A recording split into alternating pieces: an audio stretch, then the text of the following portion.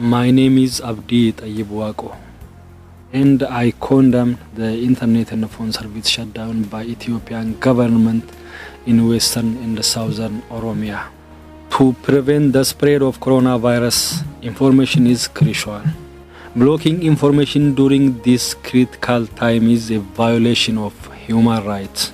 The Ethiopian government should unblock the internet and the phone service shutdown before it's too late. The people should not be left in the dark for days. I would like to ask all of you to repost and let the world know what's going in Ethiopia, especially in Oromia. Thank you. Maqaan kiyya Abdii Tayyibwaqoo jedhama.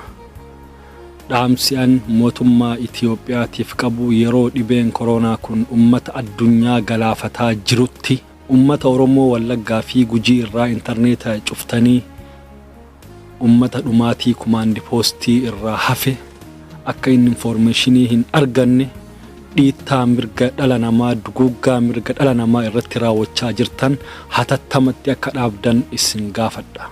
Dhibaan koronaa kun ummata addunyaa warroota humna qaban hunda waliin gahee jilbiinfachiisaa jira. Yeroo ammaa kanatti information barbaachisaan kan addunyaan itti wal argitu waan amma adeemaa jiru kan ittiin hordofan toora miidiyaa hawaasaa internetiidhaan. Kanaaf ummata Oromoo Wallaggaa fi Gujii akkasumas magaalota garagaraa irraa interneeta cuftanii duguggaa sanyii dhala namaa irratti raawwachaa jirtan akka dhaabdan isin gaafanna. Boru itti gaafatama seenaa jala akka hin baane asumaan isin ibsu barbaada. Galatooma. Ilmaan Oromoo addunyaarra jirtaniif wannan isin dhaamu barbaadu ofin tuffatinaa dhaamsa kana waliif dabarsaa viidiyoo waraabaa gadhiisaa hashtagii yookaan duula kaampeenii akka haarawaatti eegalle kana nu cinaa dhaabadhaa isin jechuu barbaada. Galatooma ulfaadhaa. ስሜ አብዲ ጠይብዋቆ ይባላል። ለኢትዮጵያ መንግስት በጣም አስቸኳይ መልእክት አለኝ። ዓለማችን በዚህን ሰዓት በኮሮና በሽታ ቫይረስ እየታመሰች ባለችበት ሰዓት የኢትዮጵያ መንግስት ከወለጋና ከጉጂ ህዝብ ላይ ኔትወርክ ዘግቶ ህዝቡ ምንም አይነት ኢንፎርሜሽን እንዳያገኝ እያደረገን ያለው። ስለዚህ ለኢትዮጵያ መንግስት ማሳለፍ የምፈልገው እባካችሁ 15 ሚሊዮን ከሚደርስ ህዝብ ላይ ኢንተርኔት ዘግታችሁ ህዝቡ ኢንፎርሜሽን እንዳያገኝ በኮማንድ ፖስት እየረገጣችሁ እየገደላችሁ ያሳያንሳችሁ ዛሬ ህዝቡ ኢንፎርሜሽን እንዳያገኝ የኮሮናን ስርጭት በኢንተርኔት እንዳይከታተል የዓለማችን ሀያል ሀገራት የሚባሉት ራሱ እየተንበረከኩ ነው ያሉት።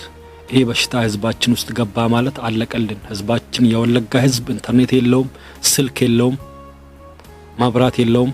ይሄ ሁሉ ነገር ከተቋረጠበት ኦልሞስት ወደ 1 አመት አልፎታል። የኢትዮጵያ መንግስትን መጠየቅ የምፈልገው እባካችሁ ለህዝባችን ኢንተርኔት ክፈቱ። ይሄ የዘር ማጥፋት ፍጅት ነው። ነገ ከታሪክ ተጠያቂነት ማምለጥ አትችሉም። ለህዝባችን ኢንተርኔት ክፈቱ።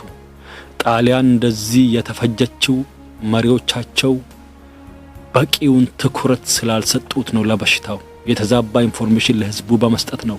እዚሁ ጎረቤታችን ኬንያ